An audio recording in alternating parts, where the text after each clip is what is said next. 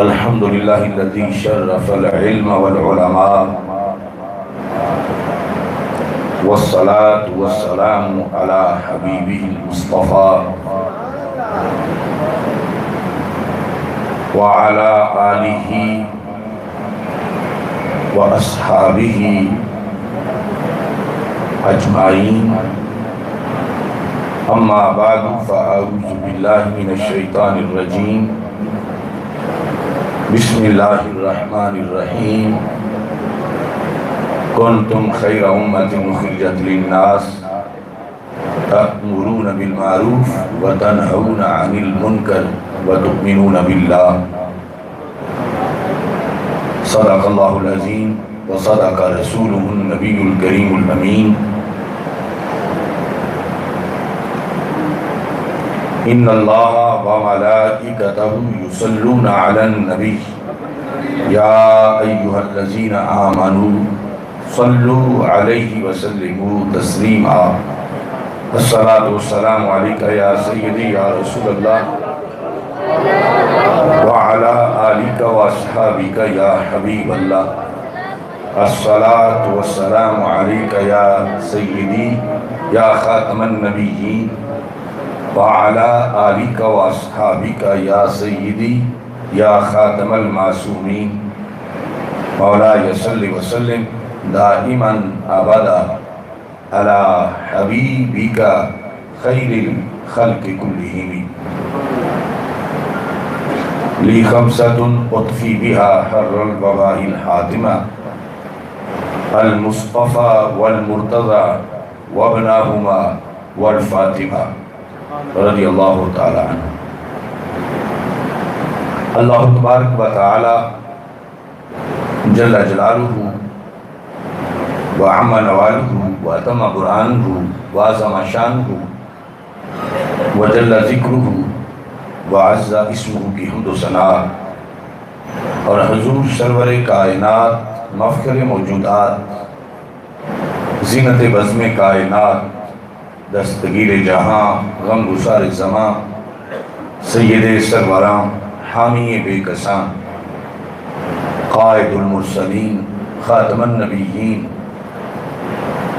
احمد مجتبیٰ جناب محمد مصطفیٰ صلی اللہ علیہ وآلہ وآصحابہ وبارک وسلم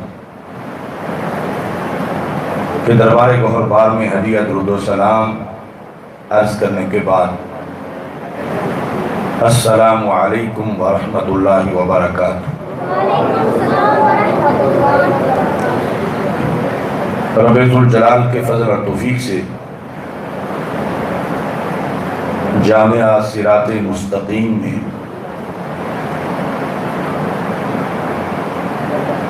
نئے تعلیمی اسٹال کے آغاز کے موقع پر اس پرنور اجتماع کا انعقاد کیا جا رہا ہے. پیر طریقت حضرت پیر سید سجاد حسین شاہ صاحب زیدہ شرفہ کرسی صدارت پر رونق افروز ہیں. کثیر تعداد میں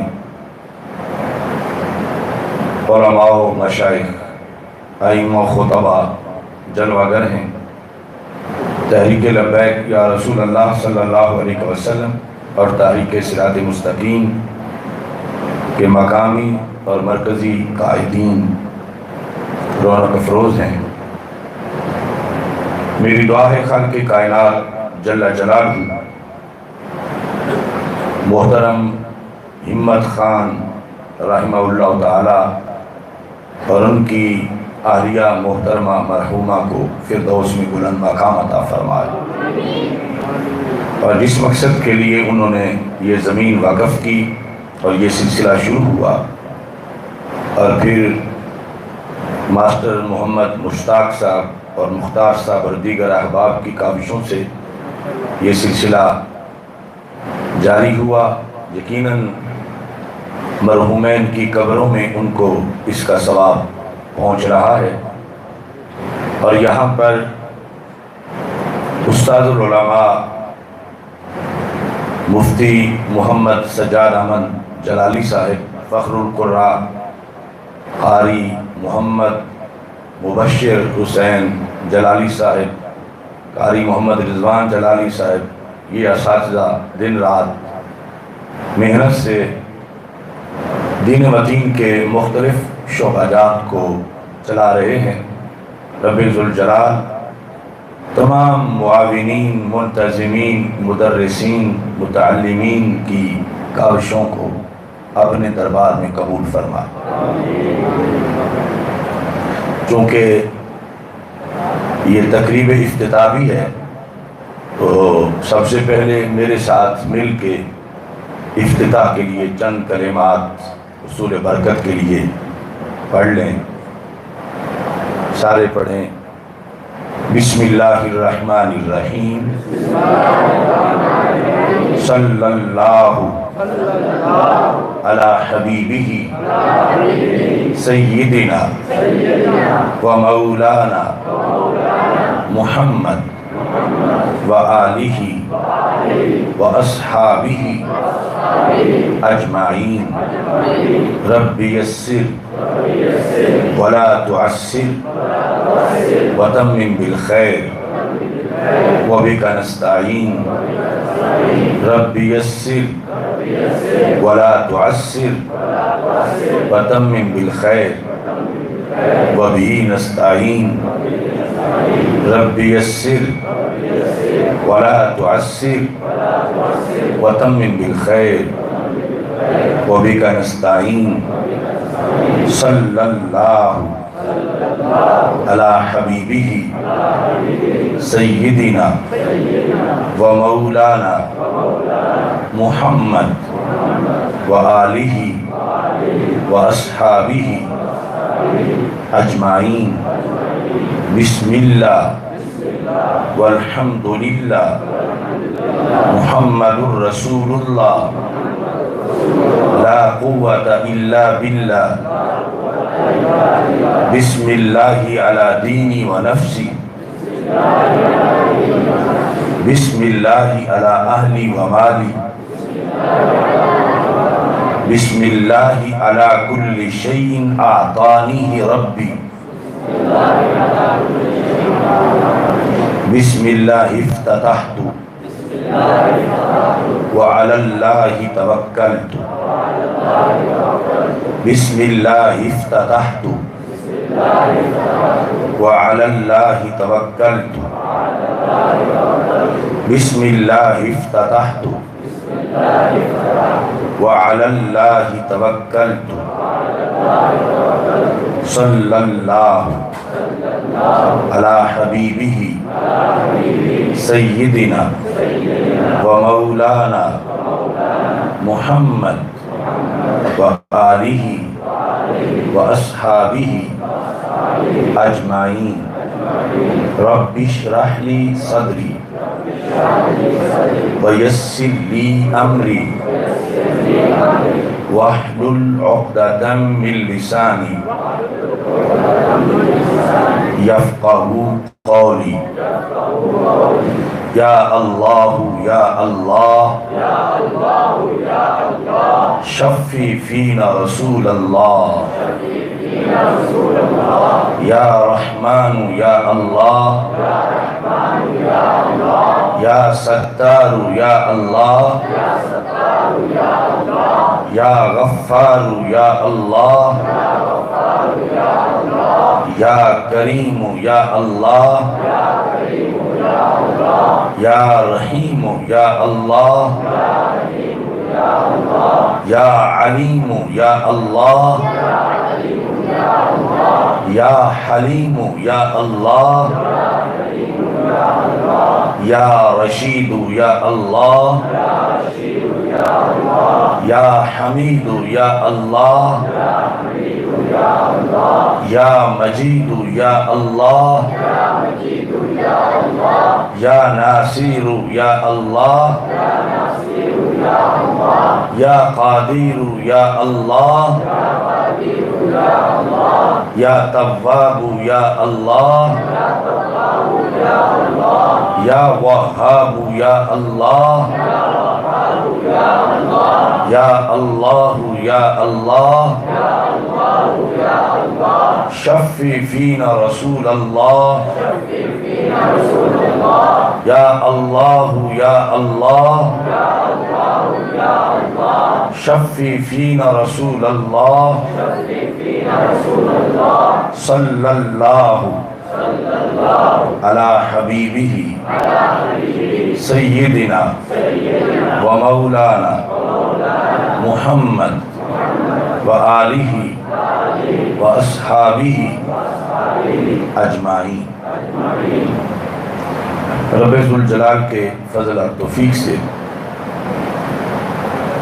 جامعہ صراط مستقیم کے نئے تعلیمی سال کا آغاز ہو چکا ہے کہ رمضان المبارک کے بعد سے کلاسیں ویسے تو جاری ہیں،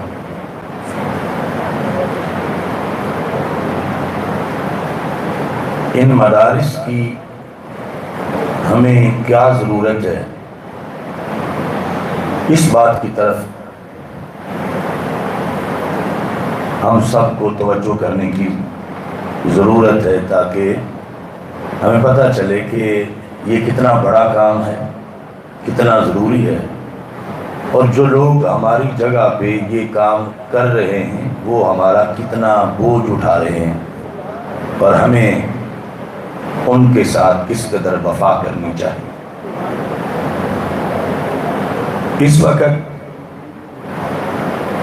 پوری دنیا کے کافر، خواہ وہ یہودی ہوں، نصرانی ہوں، ہندو، سکھ ہوں، مجوسی ہوں، جتنی بھی بلائیں ہیں، ان سب کا ایک ہی ایجنڈا ہے کہ مسلمانوں پر غلبہ معاذ اللہ حاصل کیا جائے، مسلمانوں کو مزید کمزور کیا جائے۔ کچھ علاقے تو ایسے ہیں جہاں کئی نسلیں خیموں میں ہی بڑی ہوئی، فلسطین کے مسلمان، ادھر مقبوضہ کشمیر کے اندر، وہ چاہتے ہیں کہ ہر ملک کے اندر مسلمانوں کی معاذ اللہ غلامی کی صورتحال ہو۔ تو مسلمانوں پر غالب آنے کے لیے سب ایک نقطے پر متفق ہیں کہ اگر ان کو قرآن و سنت سے دور کر دیا جائے تو پھر معاذ اللہ آسانی سے انہیں قابو کیا جا سکتا ہے۔ قرآن و سنت اگر مسلمانوں کو آتا ہو، پتہ ہو، اس کے ماہرین معاشرے میں موجود ہوں، اس کے مبلغین موجود ہوں، اور مسلمان اپنے مسائل کے حل کے لیے اس کی طرف رجوع کرتے ہوں، تو پھر کفر کی چال کارگر نہیں ہو سکتی۔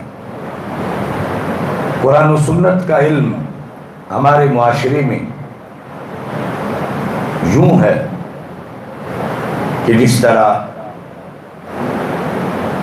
اندھوں کو چلتے ہوئے کنواں نظر نہیں آتا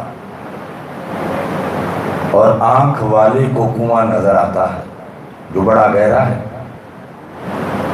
آنکھ والا خود بھی اس میں نہیں گرتا، اور اگر ذمہ دار ہو تو اوروں کو بھی کہتا ہے کہ ادھر سے ہٹ جاؤ، سامنے تو کنواں ہے۔ نابینا اور بینا کے لحاظ سے کنویں کا جو معاملہ ہے، اس سے کہیں زیادہ پڑھے ہوئے اور ان پڑھ کے لحاظ سے کفر کے پھندے سے بچنے کا معاملہ ہے۔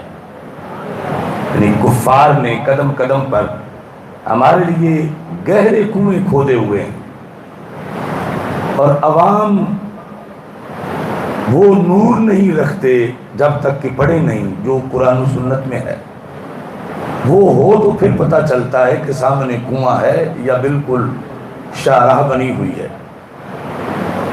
تو اگر معاشرے کے کچھ نہ کچھ لوگ پڑھ جائیں قرآن و سنت کو اور وہ اپنی ذمہ داری نبھائیں تو باقی کو بھی کنویں میں گرنے سے بچا سکتے ہیں۔ اس بنیاد پر سارے کافر، خواہ وہ کسی قسم کے ہوں، وہ یہ چاہتے ہیں کہ مسلمانوں میں سے قرآن و سنت کی وجہ سے جو آنکھیں کھلتی ہیں یہ علم ختم کیا جائے. یعنی اللہ نے تو قرآن بھیجا تھا قیامت تک کے لیے ہدی للناس، کہ لوگوں کی آنکھیں کھلیں، انہیں اپنے نفع نقصان کا پتہ چلے، انہیں روشنی ملے. لیکن دوسری طرف سے امریکہ نیو ورلڈ آرڈر لے کے آیا ہے. وہ کہتا میرا راج ہوگا، حکومت میری ہوگی، ڈنڈا میرے ہاتھ میں ہوگا، میں پوری دنیا پہ حکومت کروں گا. یہ علل اعلان وہ کہہ کر ہر طرف مست ہاتھی کی طرح دوڑ رہا ہے. اب اس میں ایک تو ظاہری طور پر مسلمانوں پر میزائلوں سے، توپوں سے، ٹینکوں سے، ہوائی جہازوں سے حملے کیے جا رہے ہیں. وہ حملے اتنے خطرناک نہیں جتنے فکری اور نظری طور پر حملے کیے جا رہے ہیں. جب کہیں دشمن بمباری کریں، گولہ باری کریں، تو بالآخر یہ جذبہ ابھرتا ہے کہ آخر ہم مسلمان ہیں، یہ کون ہوتے ہیں کہ ہماری زمین پہ قبضہ کریں، ہمارے بندوں کو ذبح کریں، ہم پہ حملہ کریں. تو غیرت جاگ جاتی ہے. لیکن فکری اور نظری لحاظ سے جو حملے ہوتے ہیں، جو اس میں مر رہے ہوتے ہیں انہیں بھی خبر نہیں ہوتی کہ ہم پہ حملہ ہو رہا ہے. جو اس پانی میں ڈوب رہے ہوں، دور تو دور رہے کہ جو ڈوبنے والوں کو بچائیں، خود ڈوبنے والوں کو پتہ نہیں ہوتا کہ ہم ڈوب رہے ہیں. خود جلنے والوں کو پتہ نہیں ہوتا کہ معاذ اللہ ہم جل رہے ہیں. تو قرآن و سنت کا علم وہ ادراک پیدا کرتا ہے، وہ شعور دیتا ہے، وہ آنکھیں دیتا ہے کہ جس کی وجہ سے اگر کفر کی سازش بارڈر پار بھی ہو تو اس طرف والوں کو پہلے ہی پتہ چل جاتا ہے کہ ہم نے سنبھلنا ہے، ہم نے اب یہ کرنا ہے. یعنی نظریاتی طور پر تو یہ تب ہوتا ہے جب معاشرے کے اندر نظریاتی سرحدوں کے پہرے دار موجود ہوں. جس طرح ظاہری جغرافیائی سرحدوں پر ہمیں فوج کی ضرورت ہے اور وہ پہرا دیتے ہیں، نظریاتی سرحدوں پر جو پہرا دیں وہ تب دے سکتے ہیں جب انہیں سارا قرآن آتا ہو، جب انہیں مکمل حدیث آتی ہو احکام کے لحاظ سے، جب انہیں 14 صدیوں کے اندر جو فیصلے ہوئے ہیں مختلف صدیوں میں کفار کے خلاف ان فیصلوں کا پتہ ہو، جب انہیں فقہ اسلامی آتی ہو، جب ان کی بصیرت بڑی وسیع ہو. تو ایسے ماہرین اور اسپیشلسٹ کالج یونیورسٹی سے نہیں بنتے، اگرچہ ہمیں کالج کی بھی ضرورت ہے، یونیورسٹی کی بھی ضرورت ہے، مگر وہاں کا نصاب ہے کہ انجینئر اچھا کیسے بنے، پائلٹ اچھا کیسے بنے، ڈاکٹر اچھا کیسے بنے. وہاں کا نصاب یہ نہیں ہے کہ حلال و حرام کی پہچان کرنے والا اسپیشلسٹ اچھا کیسے بنے. ان کا یہ فیلڈ ہی نہیں. جو ہے اس کی بھی ضرورت ہے، مگر اس کی ضرورت دوسرے نمبر پر ہے. پہلے نمبر پر تیری اور میری جو ضرورت ہے وہ اسپیشلسٹ 14 صدیوں میں ان ٹوٹی پھوٹی صفوں پہ پڑھنے والے ہی بنتے رہے. مثلا اب بجٹ پاس ہوا، جھگڑا ہو رہا ہے، ایک شعبہ کہتا ہے ہمیں تھوڑا ملا، دوسرا کہتا ہے ہمیں تھوڑا ملا، تیسرا کہتا ہے ہمیں تھوڑا ملا. اور پھر جب سال گزرتا ہے کہ اپنی کمائی بھی بتاؤ، اپنا کام بھی دکھاؤ، اور کیا پروڈکشن ہے، کیا تم کتنے خود کفیل ہوئے ہو، تو ہر شعبے والے کہتے ہیں نہیں اس بار تو نہیں ہوئے، اگلی بار ہوں گے، یا اس سے اگلی بار.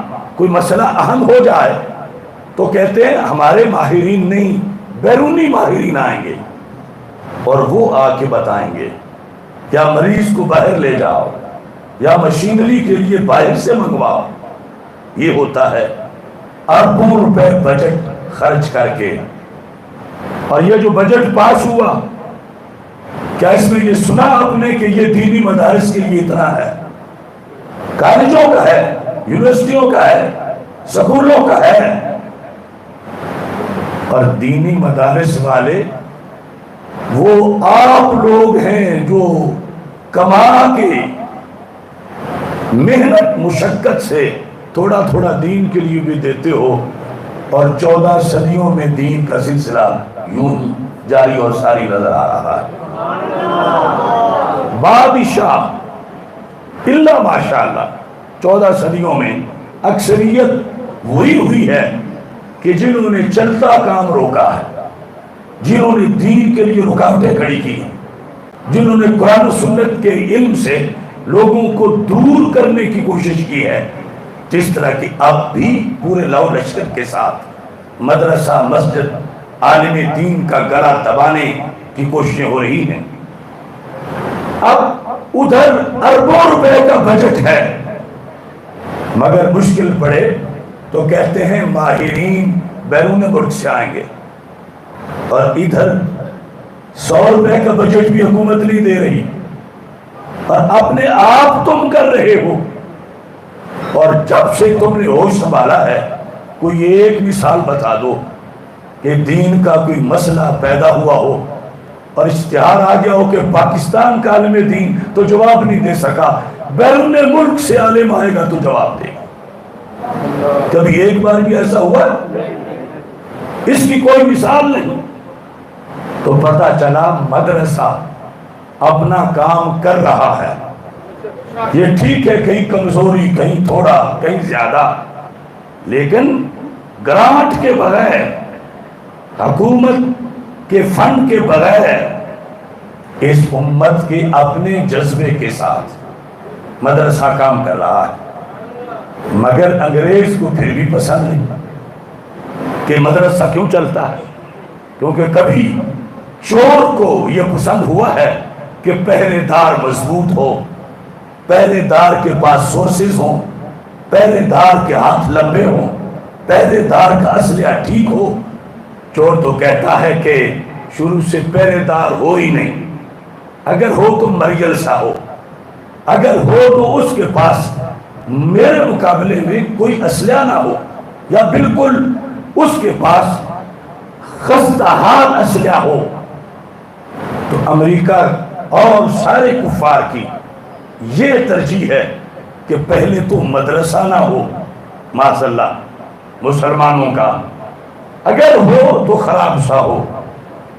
اس کی طرف لوگ بچے بھیجتے ہوئے بھی نفرت کریں کہ کہاں میں بچہ بھیج رہا ہوں. قادیانیت کا سارا پیسہ اس پہ لگ رہا ہے کہ اس قوم کو مدرسہ سے دور کرو، عالم دین سے دور کرو. اس کی سوچ میں عالم دین کا جو مقام ہے اسے ڈی گریڈ کرو.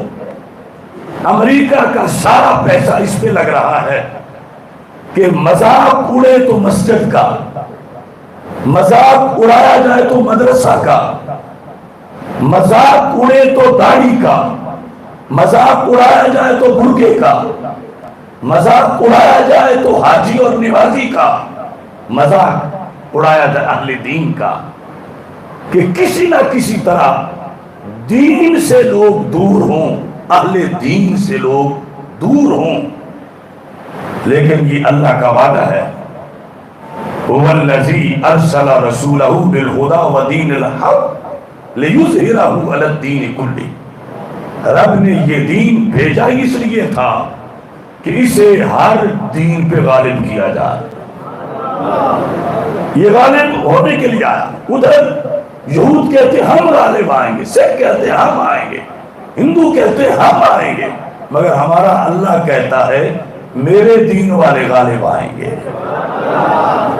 اب یہ کشمکش جاری ہے، اور اس میں کئی وجوہ سے دشمن کامیاب بھی ہے، مگر کئی وجوہ سے ہم کامیاب ہیں. دوڑ لگی ہوئی ہے، جنگ جاری ہے۔ کبھی معاشرہ کے اندر دو نصاب نہیں ہوتے تھے، ایک نصاب ہوتا تھا، ایک نصاب تقریباً 10-11 صدیوں تک تو ایک ہی رہا۔ اس میں صرف لکھنا، حساب کرنا یہ سکھا کے 7 پرائمری میں ہی حدیث پڑھانا شروع کر دی جاتی تھی، اصول حدیث، اصول قرآن، یعنی ایک ہی نصاب کے لحاظ سے قوم کے بچے تیار ہوتے تھے، اور ہر گھر میں 1-2 عالم ضرور ہوتے تھے۔ بدلتے بدلتے بدلتے بدلتے آج اگر ملک میں 10 لاکھ اسٹوڈنٹ ہیں تو ان میں سے بمشکل 10 لاکھ تو کیا، اگر 1 کروڑ ہیں تو ان میں سے بمشکل 1 لاکھ وہ ہوں گے جو قرآن و سنت سمجھنے کے لیے محنت کر رہے ہیں۔ یعنی انگریز نے اٹریکشن ہی اتنی دی دوسری تعلیم کو کہ انہیں ایک ہے کہ باندھا جائے کہ مدرسے کوئی نہ جائے، اور دوسرا یہ کہ باندھنے کی کیا ضرورت ہے، ان کے سامنے بابو کی شان بیان کرو، ان کے سامنے دوسرا پڑھنے والے کی تنخواہ زیادہ کرو، ان کے سامنے معاشرے میں ان کی ویلیو زیادہ کرو، اور بازار میں عالم دین جا رہا ہو تو اس کا مذاق اڑایا جائے، اور دوسرے علوم والا جا رہا ہو تو اس کی بلے بلے کی جائے۔ اس کا نتیجہ معاشرے میں یہ نکلا، اگرچہ ہمارے ملک میں باندھ کے کسی کو مدرسہ سے پیچھے نہیں کھینچا جا رہا کہ بالکل مدرسہ میں داخل نہ کرو، اعلانیہ ابھی یہ نہیں بھی کہا جا رہا، لیکن ترغیب یوں دی گئی ہے کہ بڑے بڑے حاجی، نمازی، صوفی، پرہیزگار وہ بھی کہتے ہیں کہ بچہ مدرسہ بھیجا اس کی زندگی کیسے بسر ہوگی، اس کا کیا بنے گا، کل کہاں سے کھائے گا۔ آج اگر اس کو ہم اچھی طرح ایجوکیٹ کرتے ہیں، انجینئر بناتے ہیں، اس کو عصری علوم میں کمال درجے تک پہنچاتے ہیں، اس کی سیلری اچھی ہوگی، جاب اچھا ہوگا، ہماری بھی ویلیو ہوگی، کوٹی ہوگی، کار ہوگی، اور دین پڑھنے والوں کا تو اب اس مارکیٹ میں کوئی فائدہ ہی نظر نہیں آ رہا۔ وہی دہشت گرد کسی کے بقول، وہی قابل اعتراض، تو اس نتیجہ میں غیروں نے اس حد تک کام کر لیا کہ آج ذہن خود مسلمان کے اپنا ذہن پائزن ہو گیا کہ مسجد نہیں ہونی چاہیے، یہ شور مچاتے ہیں لوگ معاذ اللہ اذانیں پڑھ کے، مدرسہ نہیں ہونا چاہیے، یہ کیا کر سکتے ہیں، یہ کیا دے سکتے ہیں، اس کی ضرورت کیا ہے۔ یعنی جہاں پہلے ملک کے اندر اگر 99 لاکھ دوسری طرف پڑھ رہے ہیں اور 1 لاکھ بیچارہ دین کے لیے آتا ہے، وہ کہتے ہیں 1 لاکھ بھی نہیں آنا چاہیے، 1 لاکھ پر بھی پابندی لگاؤ، اگرچہ ہم سے خرچہ نہیں لیتے لیکن پھر بھی ان پہ پابندی لگاؤ 1 لاکھ کے بھی، اور پھر ویسے پابندی کے ساتھ ساتھ ان کا نصاب بھی بدلو۔ جہاں یہ پہلے 9 سال پڑھتے ہیں اور بڑا بھاری بوجھ ہے، ان کا آدھا نصاب کاٹو یا آدھے سے زیادہ، اتنا ان کو بھی وہ دنیا داری والا دو، یہ وہ بھی پڑھے صاحب۔ مطلب کیا ہے کہ نہ تیتر نہ بٹیر، تھوڑا تھوڑا پڑھیں کہ اندھیرے میں ان کو پوری طرح کنواں نظر نہ آئے، کہ جب لوگ دھڑام سے کنویں میں گر رہے ہوں، اور ادھر صلاحیت ہی تھوڑی سی ہے، انہیں تھوڑا تھوڑا معلوم ہوتا ہے کیونکہ علم کچا ہے، تھوڑا تھوڑا کہ شاید کوئی کنواں ہے آگے، اگر ان کی آنکھیں پوری کھل گئیں تو ہمارا فراڈ نہیں چلے گا۔ یہ ہے کہ پھر نصاب بدلو، پھر یہ کرو اور وہ کرو۔ شیطان صبح کے وقت حدیث شریف جب ڈیوٹیاں لگاتا ہے یا اپنی مختلف قسم کی کارروائیوں کا جب رزلٹ بناتا ہے کہ مجھے کتنی کامیابی ہوئی، میں نے کتنے قتل کروائے، کتنی جگہ زنا کروایا، میں نے کتنے ڈاکے کروائے، کتنی لڑائیاں کروائی، ان سب کے مقابلے میں اس کی ترجیحات یہ ہیں کہ میں نے کتنے لوگوں کو دین پڑھنے سے روکا، کیونکہ ایک بھی پڑھ گیا تو ہمارے آقا علیہ السلام کا فرمان ہے فقیہ واحد اشد علی الشیطان من الف عابد۔ آج تو عابد ڈھونڈنا بھی بڑا مشکل ہے نا، عبادت گزار، رات جاگ رہا ہے، دن روزہ ہے، حلال کماتا ہے، حلال کھاتا ہے۔ سرکار فرماتے ہیں 1000 عابد مل کر بھی شیطان پر وہ روب نہیں رکھتا جو ایک فقیہ عالم دین رکھتا ہے۔ یعنی شیطان کو یہ غم نہیں کہ اس بستی میں 1000 عابد ہے تو میری تو اب کوئی بات نہیں چلے گی یہاں پہ، وہ پھر بھی توقع رکھتا ہے کہ ضرور میری بات مانی جائے گی، کیونکہ ان 1000 عابد کو میری سرگرمیوں کا وہ پتہ نہیں، میری کارروائیوں کو جو اکیلے عالم کو پتہ چل جاتا ہے، اور وہ لوگوں کو جگا دیتا ہے، لوگوں کو سمجھا دیتا ہے، اور میری ساری وارداتیں ناکام ہو جاتی ہیں۔ تو میرے بھائیوں، جہاں سے ایک فقیہ تیار ہو اس جگہ کو مدرسہ کہا جاتا ہے۔ تو معاشرے میں جن جن علاقوں میں مدرسہ ہوتا ہے، شیطان کے نقشے میں وہ خطرناک علاقے ہوتے ہیں کہ شتونگڑوں کو کہتا ہے یہاں زیادہ کام کرو، کسی نہ کسی طرح مدرسہ باندھو، کسی نہ کسی طرح استاد فارغ ہو، کسی نہ کسی طرح یہ طالب علم جو آ گئے ہیں دوبارہ نہ آئے، گھر جائیں تو ان کو والدین نہ آنے دیں، 1 سال پڑھ گئے ہیں تو دوسرا نہ پڑھیں، دوسرا پڑھ گئے ہیں تو تیسرا نہ پڑھیں۔ اتنی تیز ایجنسیاں شیطان کی اپنی طرف سے کام پہ لگ جاتی ہیں۔ پھر معاشرے کی اور رکاوٹیں ہیں، کہا کہ لِكُلِّ شَيْءٍ آفَةٌ وَلِلْعِلْمِ آفات، ہر شے کی ایک آفت ہے، اپوزیشن، لیکن علم دین کے لیے ہزاروں آفتیں ہیں، کیونکہ شیطان سمجھتا ہے کہ رامے گامے کا بچہ عالم بن گیا، رازی غزالی تحاوی بن گیا تو یہ تو میری صدیوں کی محنت پہ پانی پھیر دے گا۔ اس واسطے یعنی علم دین کے لحاظ سے بڑی رکاوٹیں ہیں، تو ہمیں یہ سمجھ لینا چاہیے کہ امت میں سب سے پہلے نمبر کا کام کہ جس کے لیے تم گھر اپنے بچوں کے پاس بیٹھے ہوئے آہ بھر کے کہو میرے بچے گزارا نہیں جب تک کہ تو عالم نہ بنے، بننا ہے تو عالم بن، بس مجھے اور کچھ نہیں چاہیے، بننا ہے تو عالم دین بن۔ تو جب یہ کہوں گے تو آدھا سفر تو وہی گھر میں طے ہو جائے گا، اور اگر وہاں بیٹھے کہو کسی گویے، فلم سٹار، نام نہاد سیاسی، ڈاکو، لٹیرے، چور، کنجر کا نام لے کر آہ بھرو کہ کاش کہ تم بھی نور ڈاکو جیسے بن جاؤ، تو پھر وہ مدرسہ میں لا کر باندھ بھی دو تو دوڑ جائے گا، ڈاکو بنے گا، عالم نہیں بنے گا۔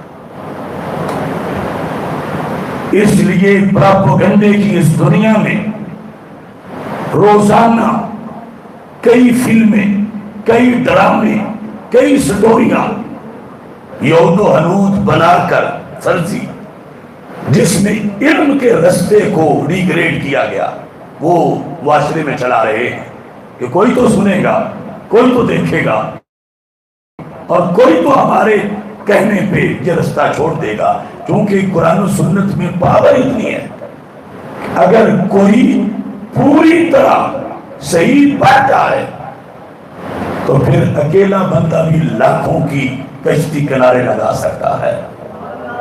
یہ اس علم کا کمال ہے۔ اس بنیاد پر جب شیطان کے نقشے میں وہ علاقے ہائی لائٹ کیے گئے جہاں جہاں دینی مدرسہ ہے تو پھر رحمان کی رحمت بھی نشان لگاتی ہے کہ یہاں زور سے برسنا ہے، کیونکہ ادھر شیطان کا رخ زیادہ ہے۔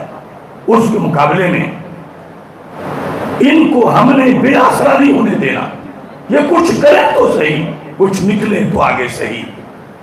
ہم نے ان کی تائید کرنی ہے، ان کی حمایت کرنی ہے، تو نتیجہ ثابت ہے۔ کتنے یزید، حامان، شداد، نمرود جیسے لوگ صدیوں میں آئے، انہوں نے پابندیاں لگائیں، مگر آج بھی قرآن اپنی اصلی شکل میں موجود ہے۔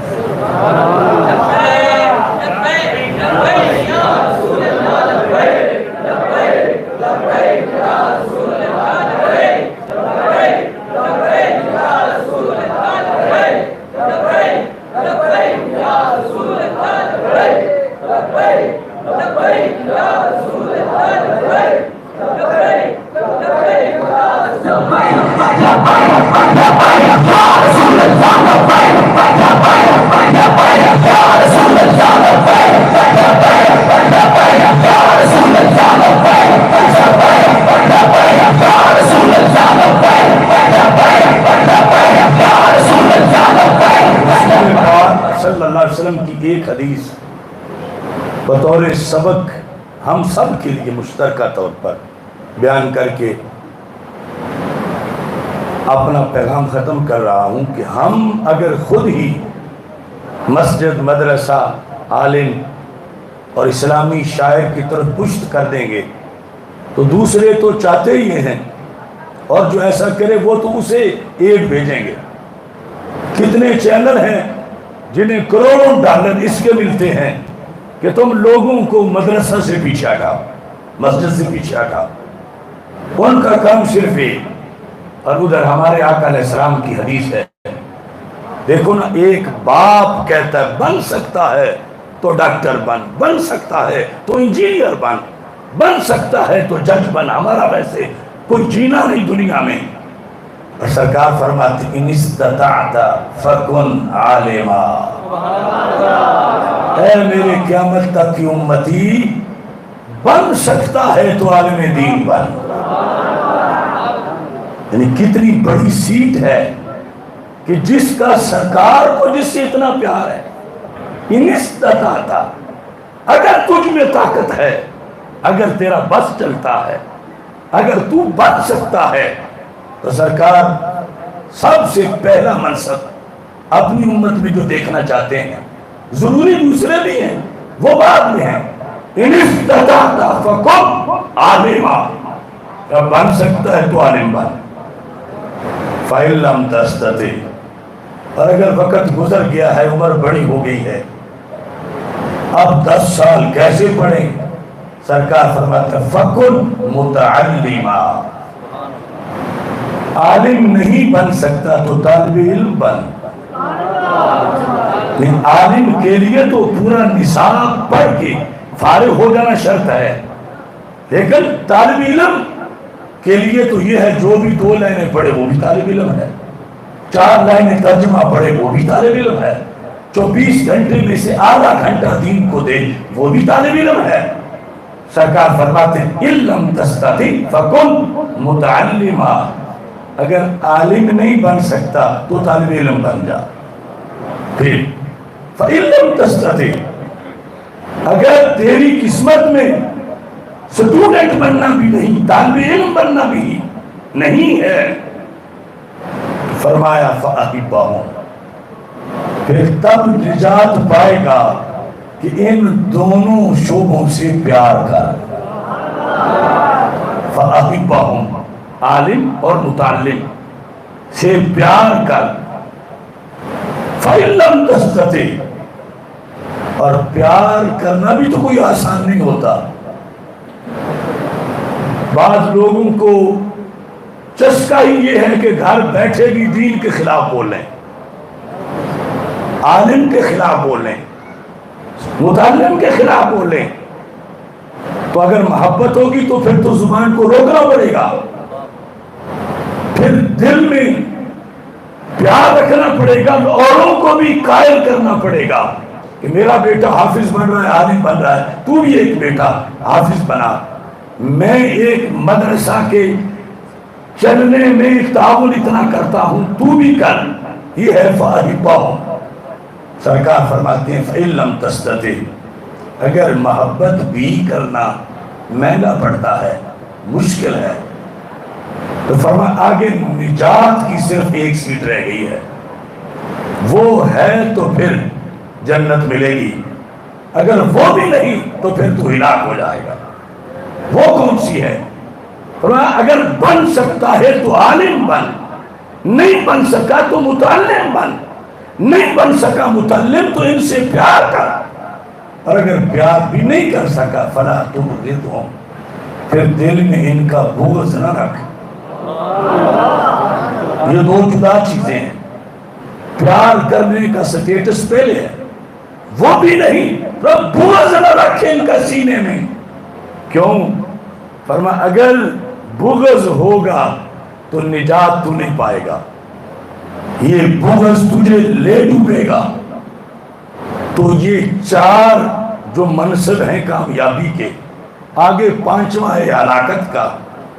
تو ہمیں دنیا میں کسی اور کے لیے نہیں، اپنے نبی علیہ السلام سے وفا کے لیے، کہ سرکار فرما کے گئے کہ کاش کہ تو عالم بن جائے، عالم نہیں تو متعلم، متعلم نہیں تو ان کا محب، محب نہیں تو کم از کم بغض سے سینہ پاک۔ اگر معاشرے کے اندر اس حدیث پر، صرف اس حدیث پر ہم آج عمل کر لیں تو کروڑوں امریکہ بھی ہمیں شکست نہیں دے سکتے، مدرسہ بند نہیں ہو سکتا، تعلیم دین کا پہیہ جام نہیں کیا جا سکتا۔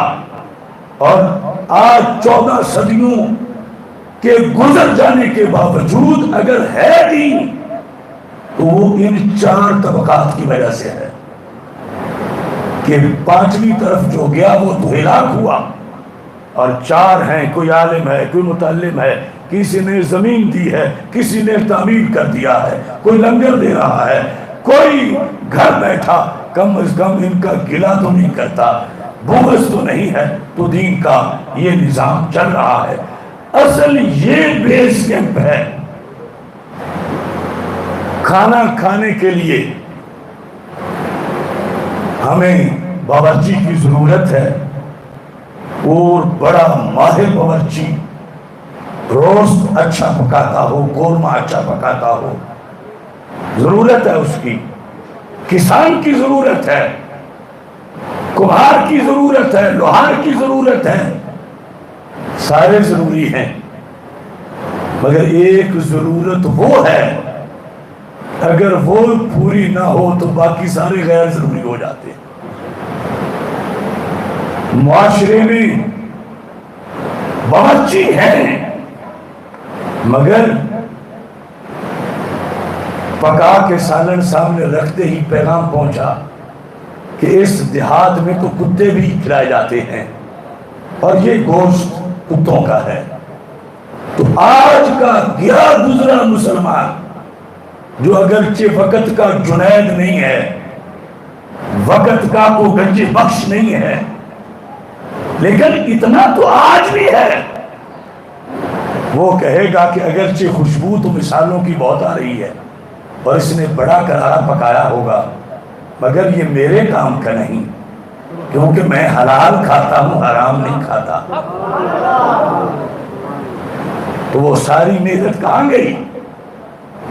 تو یہ ایک مثال ہے۔ معاشرے میں ہر فیلڈ کے اندر اچھے سے اچھا بنانے والے ہمیں چاہیے، لیکن پہلے کیوں حلال حرام کا فرق کرنے والا تو ہو، اور وہ فرق کرنے والا کالج یونیورسٹی میں نہیں بنتا، وہ مدرسہ میں بنتا ہے، اور صدیوں سے بنتے آئے۔ اپنی اولادوں کو اس طرف متوجہ کیجئے۔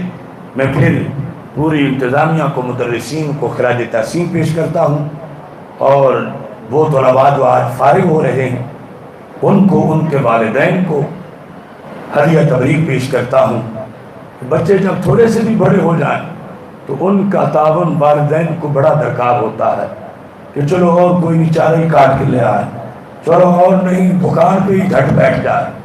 لیکن کتنے عظیم ہیں وہ والدین جنہوں نے مہنگائی میں بھی اپنی کمائی نہیں دیکھی، دین کے لحاظ سے بھلائی دیکھی اور اپنے بچے بھیج دیے، کوئی 2 سال میں حافظ، کوئی 3 میں، کوئی 2.5 سال میں، اور پھر انہی میں سے عالم بن کر وہ خود بھی جہنم سے بچتے ہیں، اوروں کو بھی جہنم سے بچاتے ہیں۔ اس لیے مدرسہ جہاں بھی قائم ہو جائے دوسرے لفظوں میں بخشش کا اڈا بن جاتا ہے کہ کسی کی کسی ذریعے سے بخشش، کسی کی کسی ذریعے سے بخشش۔ ہمارا یہ مدرسہ نسبت کے لحاظ سے بھی، ویسے تو قرآن و سنت جہاں بھی پڑھائیں وہاں برکت ہی برکت ہے، لیکن اس امت میں ایک سند کی نسبت ہے۔ جس طرح بیعت ہوتی ہے کہ پیر کے ہاتھ میں ہاتھ دیا تو یہ ہاتھ چلتے چلتے چلتے غوث پاک کے ہاتھ میں پہنچا، کہ یہ سلسلہ ہے ایک۔ تو ہماری تدریس کا بھی اس طرح سلسلہ ہے،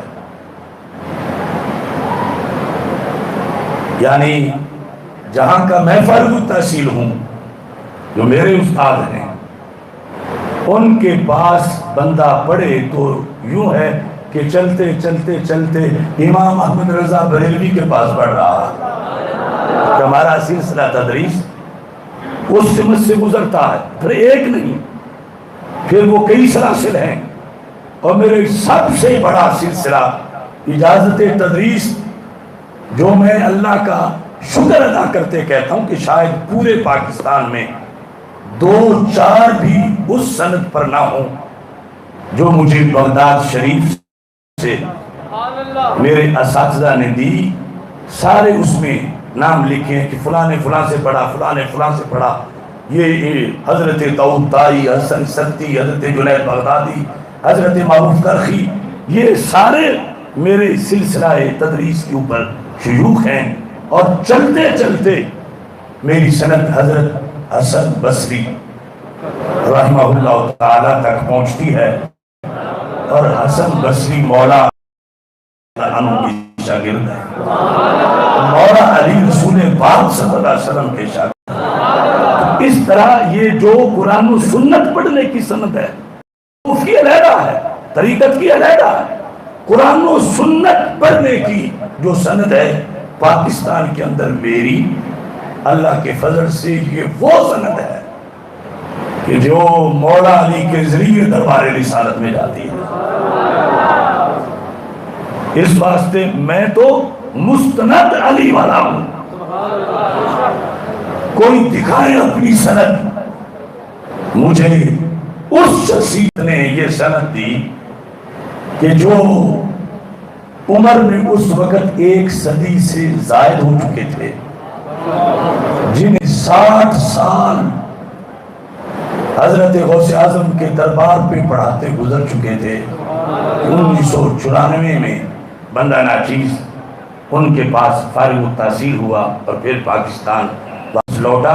تو اس بنیاد پر ہماری جو جڑ ہے مدرسہ کی، یہ ہر زمین میں لگ جاتی ہے اور ہر زمین میں پھیلتی ہے۔